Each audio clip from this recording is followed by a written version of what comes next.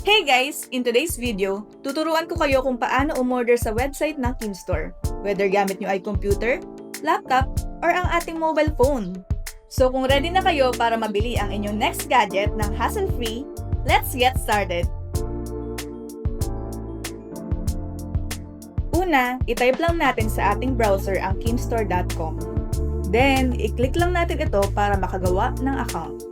Dito, kailangan nyo lang i-fill out ang mga required na information, tapos click create account para magpatuloy. Pagkatapos nyo makapag-sign up, pwede na kayong mag-browse sa website at maghanap ng gadget na gusto nyong bilhin. Sa website, makikita nyo ang iba't ibang gadget categories na ino-offer ni Kimstore, from laptops, accessories, cameras, and marami pang iba. Pero sa tutorial na to, focus tayo sa phones category. So click natin yan.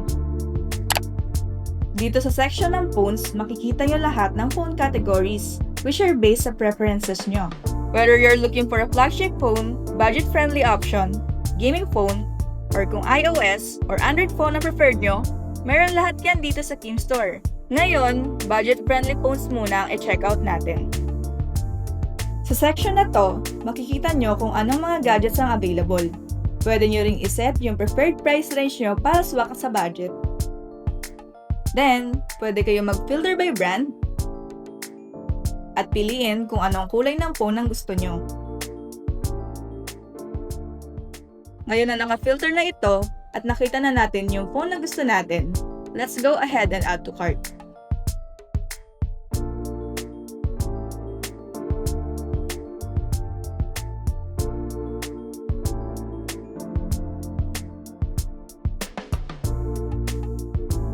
Once okay na lahat at happy na tayo sa choice natin, it's time to check out!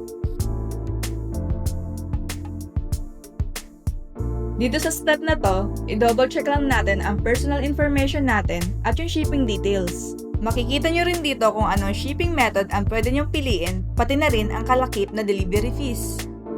Si Kimstore ay nag-o-offer din ng flexible options like the next day delivery or even same day delivery via Kim Express para super convenient. O diba? San ka pa?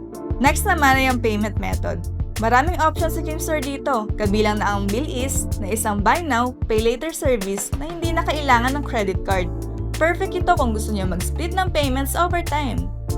Finally, kapag okay na lahat at satisfied na tayo sa selections natin, i-click lang ang complete order button para mag-place ng order. And that's it! Our purchase is confirmed and on its way to our doorstep.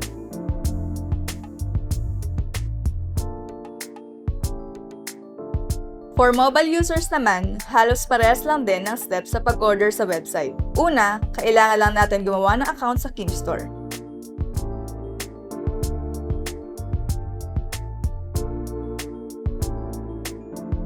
Next, mag-browse lang ng item na gusto mong bilhin, then i-click ito.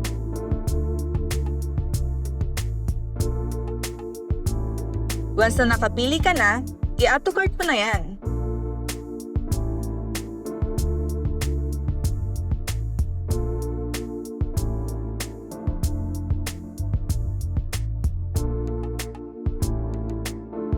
Now, pumili lang ng shipping and payment method na preferred mo. And once you're done, i-click lang ang complete order.